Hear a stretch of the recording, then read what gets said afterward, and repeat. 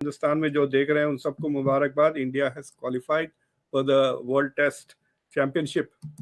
Pakistan is trying to hide its economic failures.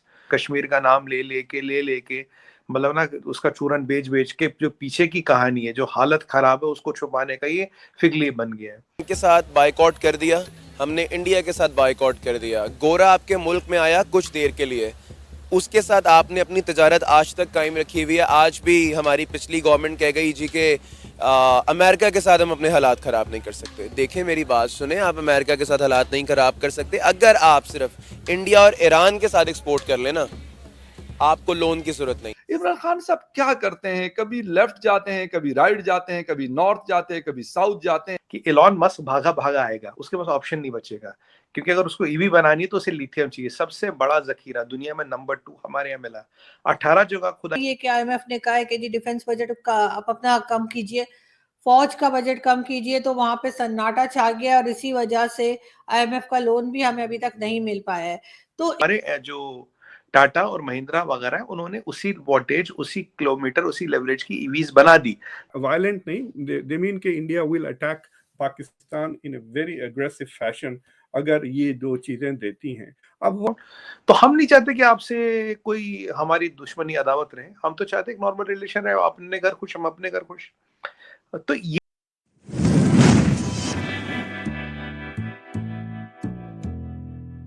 जय हिंद दोस्तों, very most welcome to intelligent fact YouTube channel. दोस्तों, जैसा आपको पता है, हमारा पड़ोसी मुल्क पाकिस्तान हमेशा आतंकवादियों को पनाह देता है और यह आतंकवादियों को ट्रेनिंग प्रोवाइड करता है। पाकिस्तान को यह करना काफी महंगा पड़ रहा है, क्योंकि अभी हाल ही अमेरिका में खुफिया रिपोर्ट पेश हुई, जिसमें यह कहा गया कि अगर पाकिस्तान इंडिया के खिलाफ कोई भी प्रोपेगेंडा करता है जिससे इंडिया को नुकसान होता है, तो अब की बार इंडिया में नरेंद्र मोदी की सरकार है, जो कि पाकिस्तान के ऊपर सर्जिकल स्ट्राइक से भी बड़ा हमला कर सकती है, जिससे पाकिस्तान को बहुत ज्यादा हानि होगी। यह सुन के पाकिस्तानी काफी हैरान परेशान है। चलिए दोस्तों, इस पर पाकिस्तानी मीडिया का रिएक्शन देखते हैं। अगर आपको यह वीडियो पसंद आ रहा है तो ऐसे ही वीडियो देखने के लिए हमारे चैनल को सब्सक्राइब करें। बात करते हैं पाकिस्तान पे आते हैं। देखिए, पाकिस्तान में कहते हैं भाई भारत, देखिए भारत की स्टेटेड पॉलिसी वो normal relation with our both the neighbours. ये कोई नई पॉलिसी नहीं है, स्टेटेड पॉलिसी है।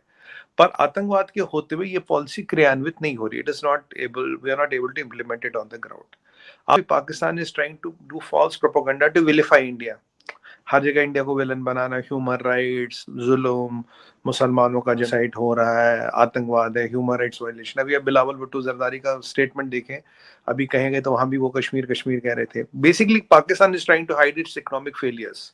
कश्मीर का नाम ले लेके मतलब ना उसका चूरन बेच के जो पीछे की कहानी है, जो हालत खराब है, उसको छुपाने का ये फिगली बन गया है।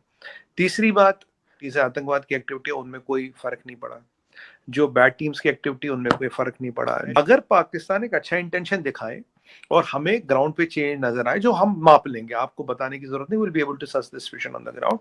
तो हम नहीं चाहते कि आपसे कोई हमारी दुश्मनी अदावत रहे, हम तो चाहते हैं नॉर्मल रिलेशन रहे, अपने घर खुश, हम अपने घर खुश।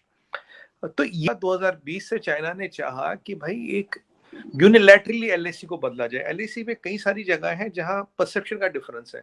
हम कहते हैं एलएसी यहाँ, चाइना कहता है एलएसी यहाँ है, पर एक एग्रीड चीजें हैं। हाँ भाई, ये एलएसी है मतलब, और 10 किलोमीटर इधर और 10 किलोमीटर उधर बफर जोन होता है कि हम 10 किलोमीटर तक नहीं आएंगे, अब 10 किलोमीटर तक नहीं आएंगे। अब चाइना क्या करता है, चाइना की स्ट्रेटजी समझिए, अपने एरिया में जो 10 किलोमीटर, उसमें वो 1 किलोमीटर आगे आएगा। अगर वो अपने बफर जोन में, 1 किलोमीटर आगे आएगा, हमें भी 1 किलोमीटर आगे आना पड़ता है। अगर उसने वहां 5000 फौजें लगाई, हमें भी 5000 फौजें लगानी पड़ती है। तो ये जो 2020 में गलवान के इंसिडेंट में उन्होंने यूनिलैटरली एलएसी को चेंज करने की कोशिश की, ये चीजें हमें माननीय नहीं है। You can not unilaterally change LAC. और अगर आप चाहते हैं कि बॉर्डर पे तनाव रहे, बॉर्डर पे टेंशन रहे, एलएसी को बदलते रहो, सलामी स्लाइसिंग करने की आप मंशा रखते हो, कोशिश करते हो, और बिजनेस एज यूजुअल हो, वो नहीं होगा। ये चाइना के फाइनेंस मिनिस्टर को, चाइना के एक्सटर्नल अफेयर्स मिनिस्टर को वांगी की बात करे, ये क्विंगांग की बात करे, हमने दोनों को वाजे कर दिया। और ये हमने कई इंटरनेशनल फोरम से बोल दिया। और आज आपको मैं बता दूं, आज वर्ल्ड की second biggest manufacturing hub India है। चाइना के बाद अगर किसी का मैन्युफैक्चरिंग में नंबर अब आता ऑफिशियली, वो इंडिया का आता है। और अगर आप देखिए कितना डिलिंकिंग ऑफ सप्लाई चेंज हो रहा है, कितने बिजनेस इंडिया आ रहे हैं। और अभी आपने देखा फॉक्सकॉन का $700 मिलियन भी लगा रहे हैं वो इंडिया में, सबसे बड़ा कारखाना खोल रहे हैं। अब फॉक्सकॉन क्या हाल है जी, फॉक्सकॉन चाइना के फ्लैगशिप मैन्युफैक्चरिंग था, जिसको दिखा दिखा के चाइना मैन्युफैक्चरिंग ला, देखो हमारे पास ऐसा state of art manufacturing facilities है, वो इंडिया आ रही है। अगर आप टेस्ट कि एलॉन मस्क भागा भागा आएगा, उसके पास ऑप्शन नहीं बचेगा, क्योंकि अगर उसको ईवी बनानी है तो उसे लिथियम चाहिए, सबसे बड़ा जखीरा दुनिया में नंबर 2 हमारे यहाँ मिला, 18 जगह खुदा। तो टेस्ला को यहाँ आना पड़ेगा, जिसको ईवी बनानी है उसको बैटरी चाहिए, राइट, लिथियम आयन बैटरी चाहिए, लिथियम आयन बैटरी आपको ही, और टेस्ला अपनी बैटरियां खुद बनाता है, किसी से खरीदता नहीं। तो मैंने कि टेस्ला का गेम प्लान क्या है, बेसिकली टेस्ला की मंशा क्या थी, टेस्ला चाहता था मैं इंपोर्टेड गाड़ी यहाँ लाऊं, चाइना में गाड़ी बनाऊं यहाँ लाऊं।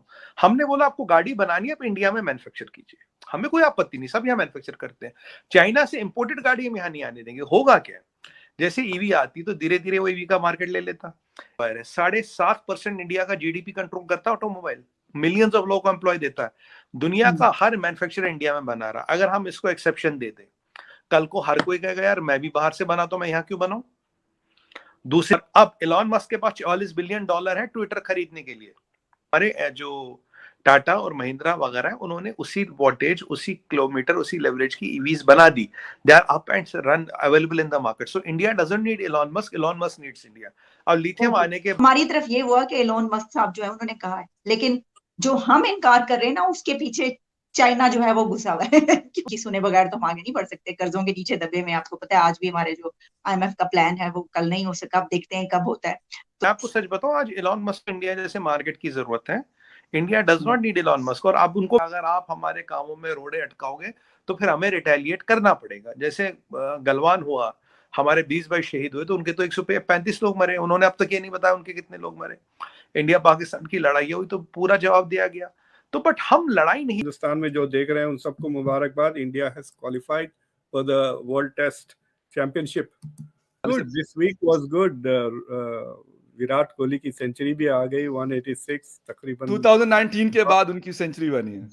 1204 दिन कह रहे हैं। एग्जैक्टली ऑलमोस्ट 4 इयर्स के आसपास बाद बनी है। लेकिन वाकई ऐसा हुआ है कि एग्रेसिव रिस्पांस आता है, अब नरेंद्र मोदी साहब हो या उनकी जो टीम है या उनके जो लोग हैं या जो फोर्स है, या ये हमें लगता है कि नहीं जी अब वो ज्यादा तेज रिस्पॉन्ड करते हैं, पहले नहीं करते की तरफ से इंडिया में आप डिस्टेबलाइजेशन के लिए कोई ऐसा, या खालिस्तान के मसले को अगर हथियार वगैरह पहुंचा रहे हैं, तो इस तरह के ऑर्केस्ट्रेशन इन दोनों सूरत हाल में वो they actually use the word Narendra Modi's government will potentially react in a very violent way. Okay right. अच्छा, violent नहीं, they mean कि India will attack Pakistan in a very aggressive fashion अगर ये दो चीजें देती हैं। अब